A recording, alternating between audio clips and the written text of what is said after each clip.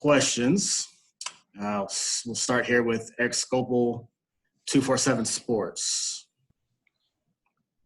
Taylor, a bit of a different situation this year, completely new team, lost a lot of experience. You're now, I think, kind of being leaned upon from an experience perspective. How has this offseason maybe been different than past off seasons for you? It's been different just because we have a whole new crew now, so just trying to learn the basics with everyone. In the past 2 years, we've had sort of a comfort knowing we had upperclassmen that we could rely on. So it's just different, but it's a good difference. It's fun getting to know new people and kind of starting from ground zero. Next, we have Ryan Thorburn with the Register Guard. Taylor, obviously you were on the great teams with Sabrina and Ruthie and Satu. There's clearly talent has replaced them, but it's all new. What has the chemistry been like early on with so many new parts, and what do you think the strength of the team is at this point? I feel like the chemistry has been great. We all get along really well, and everyone's really selfless, which I would expect nothing less. But I think the strength of this team is we have so many different weapons. I feel like everyone has their own niche, and so far everyone's been really selfless, and I think we have a really deep bench as well. I feel like there's really no lapses deep into the bench. So I think it'll be fun just knowing we have so many different weapons, and everyone's just clicking right now. So I'm really excited for the first game. Andrew Hobner, KEZI. So a bit more to that, newness of all of this, Taylor. I feel like in past years, from a leadership perspective, it was probably pretty normal to kind of just stand behind Sabrina and kind of let her be the person leading the charge in a lot of practices and games.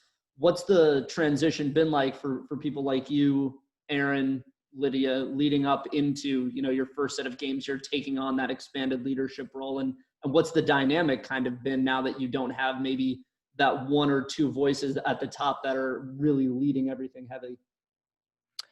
Of course, it's been different because, of course, the last 2 years, it kind of just fell into place knowing that Sabrina and Satu were going to be the leaders because they were both the best players in their respective positions. And this year, of course, it's different because Aaron, Lids, and I all were the majority role players last year. So I think just trying to find different ways to lead because I'm a different type of leader than Sabrina. Lydia is a different type of leader than Satu, so is Aaron.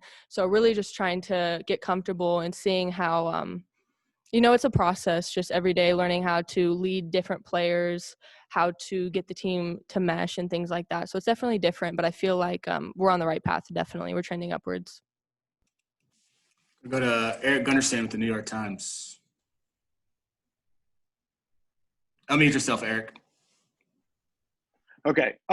Taylor, obviously you're already in the throes of getting ready for the new season, but how long did you think it took the rest of y'all from last year's team that, were role players, you said, but how long do you think it kind of took you guys to kind of, really come to terms with that year being over and focusing on this year? Unfortunately, we had quite a bit of time because of the COVID situation to accept what had happened last year. And we're lucky to have a really optimistic coaching staff, really optimistic people around us. So once we knew that season was a wrap, I think it was pretty easy to shift the focus looking into this year because we knew we had 5 studs coming in. We had Sedona Prince, who's amazing, Niara Sabali, Taylor Mikesell, who we were really lucky to get to transfer from Maryland. So I think knowing that all the new pieces we had coming in was really refreshing, and it was something to look forward to because we're really excited for this year knowing that we have all these new faces. Go back to Eric Scopel.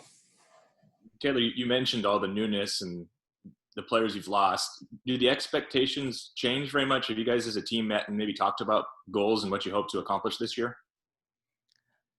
I think the expectations don't change. I know everyone that gets recruited here is a winner. Everyone wants to win. That's the goal with every team I've played on here, and I don't think that changes. Of course, the path to that will look different, but the end goal is always just to win as many games as you can and to have fun doing it. So I think everyone's on the same page in regards to the goals. Ryan Thorburn, where's your guard? Kelly has said that you guys are probably the best shooting team he's had at Oregon, which is obviously saying something. When you factor in that aspect of the team with the unique talent that everyone says Sedona is, how do you think those two things mesh, her size with the shooting you have around her? I think it's the perfect storm, knowing that we will have at some point throughout the year, hopefully, 4 shooters on the floor that are all shooting above 40%. And then you put Sedona in the middle, you can't double team her. And then I don't think there's another post that can guard her on the block in the country. So I think it'll be the perfect storm. And I'm really just excited to see. She's also a great passer from the block, too. So when she has that double team, she could pass out of it. And then, of course, we have the shooting power on the outside. So I think it'll be a really good combination. Back to Andrew Hopner with KEZI. Yeah, Kelly said Sedona is a lot like Nikola Jokic was his NBA pro comp. I'm just curious, have you ever seen a big at her size that if the comps are true, and I think KG probably is on the money with this, like who can pass that well, shoot that well at that size in women's college basketball? I mean, has there been a player like her? Does she have the potential to, at her top, really kind of change some things about the game here? Honestly, I don't think I've seen a player with that sort of skill set, especially in recent years when I've been playing college basketball and then, of course, in high school watching college basketball. One thing that I feel like is so different about Sedona in regards to the other posts I've played with here at Oregon is that when she has the ball in a pitch action, she can make the decision whether it's to drive baseline, to drive to the hoop, to pass it, to shoot it. She also has a three-point shot. So she's extremely versatile. And I think that's one of the main things that's going to stand out so much about her is her decision-making from the extended elbow. Then one more for you, Taylor, with Eric Scopel, 247 Sports. Taylor, the competition for playing time at guard seems like it's pretty crazy with just the talent, with all the freshmen coming in, you and Jazz coming back, Taylor, Mike Sell as well. How has that impacted you? How has that maybe brought the best from you this offseason leading up to the season?